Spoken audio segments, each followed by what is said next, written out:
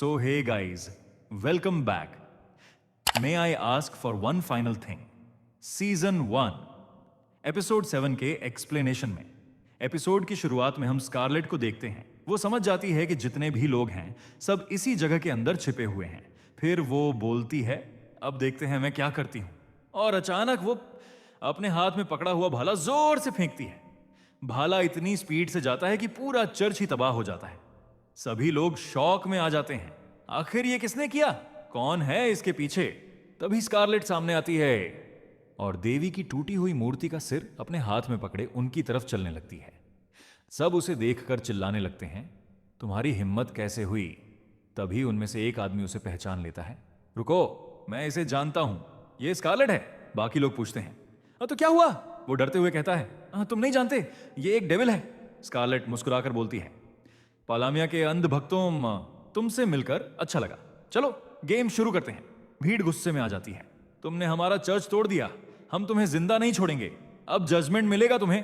तभी एक आदमी पीछे से आकर उसे धमकाने लगता है, लेकिन स्कारलेट सीधे मूर्ति का सिर घुमाकर उसके चेहरे पर मार देती है और वो वहीं गिर पड़ता है।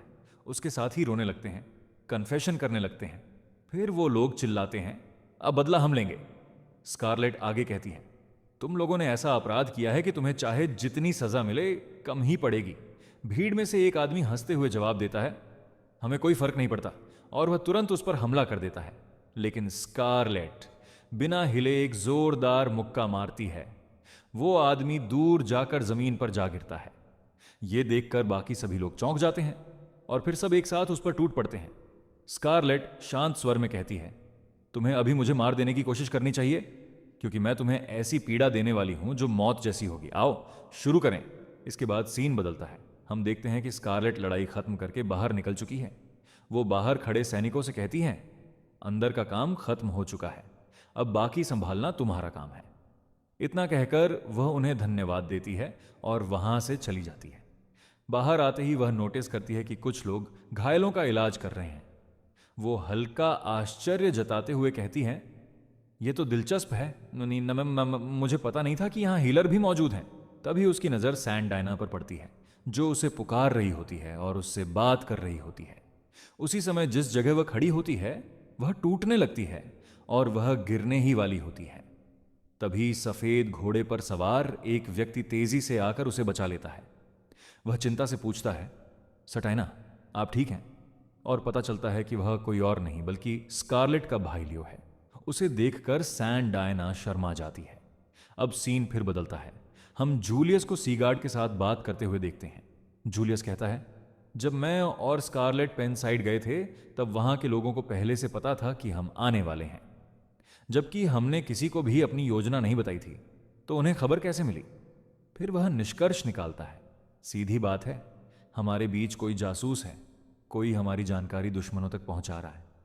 यह सुनकर सीगार्ड हैरान हो जाता है, सच में ये गंभीर मामला है, आखिर वो है कौन?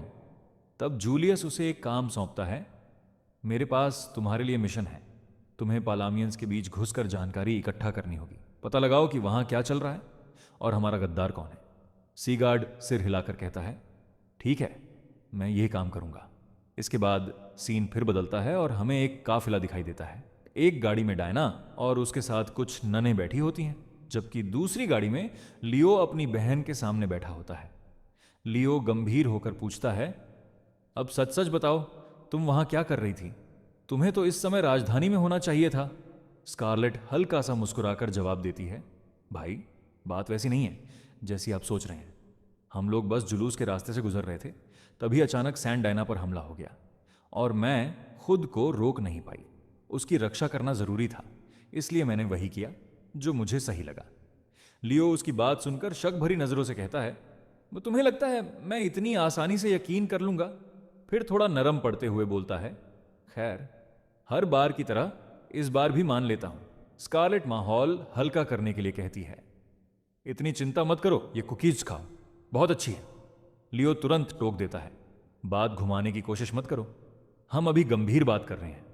इसके बाद स्कारलेट समझाती है कि पालामिया के लोग अब बिना सोचे समझे फैसले लेने लगे हैं और हालात खराब होते जा रहे हैं, उन्हें रोकना अब जरूरी हो चुका है। लियो अंत में कहता है, ठीक है, लेकिन अपना ख्याल रखना। वह सिर हिलाकर जवाब देती है, हाँ मैं संभाल लूंगी। सीन बदलता है। सभी लोग थोड़ी देर के लिए रुके हुए होते हैं। पीले कपड़े पहना एक आदमी दौड़कर स्कारलेट की तरफ आने लगता है, लेकिन तभी उसका अधिकारी उसका गला पकड़ लेता है और घसीटते हुए कहता है, मेरे साथ चल। उसके पास जाने की कोशिश भी मत करना। उसे जबरदस्ती ले जाया जाता है और स्कारलेट अकेली बैठी उदास दिखाई देती है। उसी समय दो नन उसके पास आती हैं और बताती हैं, सैंड डायना का व्यवहार कुछ अजीब हो गया है, समझ नहीं आ रहा उसे क्या हुआ है। स्कारलेट जाकर उसे देखती है तो पाती है कि डायना बिस्तर पर बेचैनी से करवटें बदल रही है। उसे ध्यान से देखने के बाद स्कारलेट समझ जाती है उसे कोई बीमारी नहीं, बल्कि उसे किसी से प्यार हो गया है। और जल्द ही पता चलता है कि वो व्यक्ति कोई और नहीं बल्कि लियो है। स्कारलेट मुस्कुराकर कहती है, उम्र भले कम हो लेकिन तुमने लड़का सही चुना है। मेरा भाई बहुत अच्छा इंसान है, वो तुम्हें खुश रखेगा। डायना शर्माते हुए पूछती है, क्या सच में आपको ऐसा लगता है? स्कारलेट मुस्कुराकर कहती है, हाँ बिल्कुल, और मुझे पता है आगे हमें क्या करना है। वो समझाते हुए आगे बोलती है, अभी हम फिलहाल प्रीस्टान में हैं, लेकिन जब हम मैम्फिस पहुंचेंगे ना, तब तुम्हारे लिए एक छोटा सा प्लान है। डायना हैरानी से पूछती है, कौन सा प्लान? स्कारलेट बताती है, वहां चारों तरफ जंगल है और बीच में एक हॉट स्प्रिंग है। तुम पहले वहां आराम से नहाना, फिर अच्छे से तैयार होना और उसके बाद मेरे भाई से मिलने जाना, उससे आराम से बात करना और जो फेस्टिवल चल रहा है उसमें उसके साथ घूमना। डायना को कुछ समझ ही नहीं आता।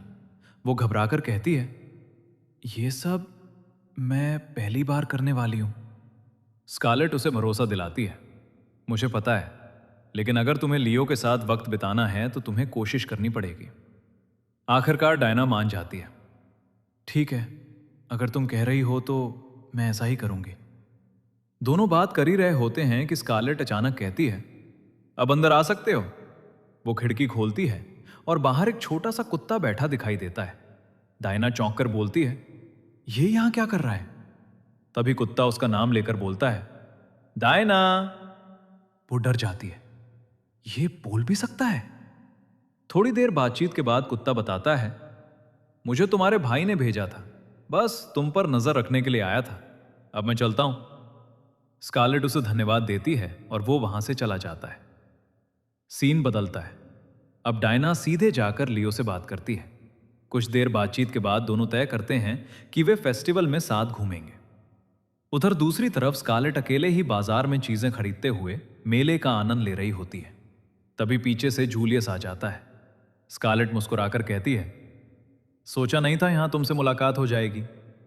जूलियस जवाब देता है, मुझे भी उम्मीद नहीं थी, बस घूमने आया था और तुम्हें देख लिया। स्कारलेट तुरंत पकड़ लेती है, तुम झूठ बोल रहे हो। जूलियस हंसकर कहता है, अरे मेरे बारे में ऐसा मत कहो। उधर लियो और डायना एक गेम खेल रहे होते हैं जिसमें मछली पकड़नी होती है। डायना से एक भी मछली नहीं पकड़ी जाती। लियो उसे दिलासा देता है, चिंता मत करो, मैं मदद करता हूं। वो उसका हाथ पकड़कर तरीका सिखाता है। डायना के मासूम व्यवहार को देखकर लियो को एक पल के लिए अपनी बहन की याद आ जाती है।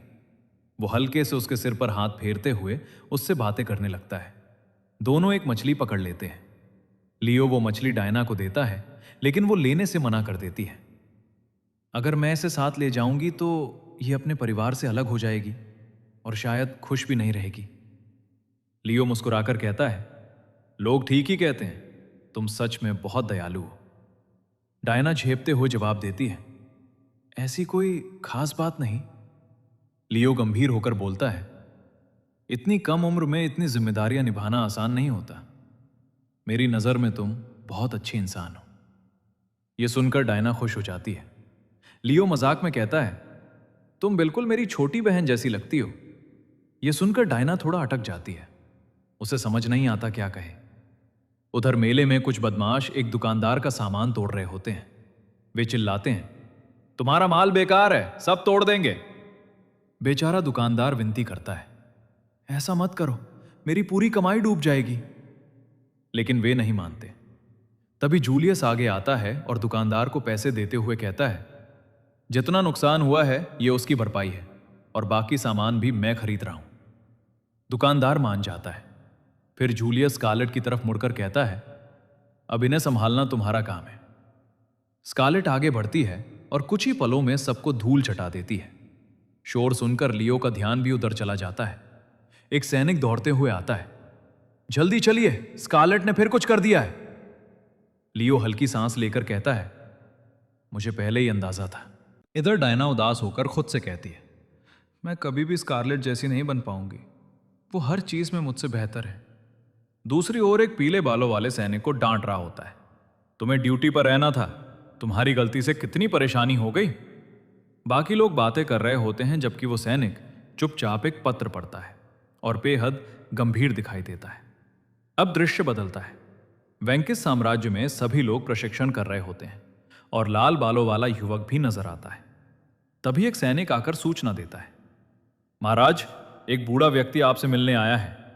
एक वृद्ध अंदर आता है और है, मैं पलामिया का निवेशक हूं और आपकी मदद चाहता हूं। और इसी के साथ एपिसोड यहीं खत्म हो जाता है। अगर आपको एपिसोड पसंद आया हो तो कमेंट में जरूर बताना कि आपको कैसा लगा, और वीडियो अच्छी लगी हो तो लाइक और सब्सक्राइब करना मत भूलना। मिलते हैं अगली वीडियो में एक नई कहानी के साथ।